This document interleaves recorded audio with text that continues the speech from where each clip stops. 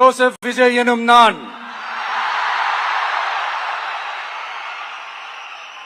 தமிழ்நாட்டு அரசின் முதலமைச்சர் என்ற முறையில்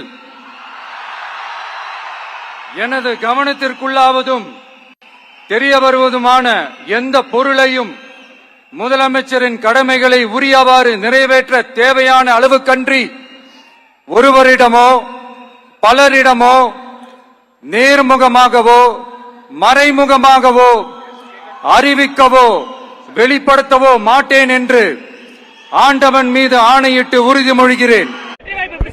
அமோகமா இருக்கு, சிறப்பா இருக்கு.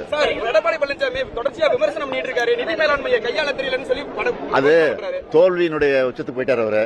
அதனால விரக்தியில பேசுறாரு. அதை பத்தி கவலைப்படலாம். தொடர்ச்சியா பாஜகவுல வந்து பல்வேறு தரப்பினர் வந்துட்டு இருக்காங்க. பாஜகவோட விமர்சனம், பாஜகவோட வந்து பிரச்சாரம் ஈடுபடுமா தமிழ்நாட்டுல? எத்தனை பேர் வந்தாலும் மதசார்பற்ற முற்போக்கு கூட்டணி திமுக தலைமையில் அமைந்திருக்கக்கூடிய மதசார்பு முற்போக்கு கூட்டணியை வெல்ல முடியாது.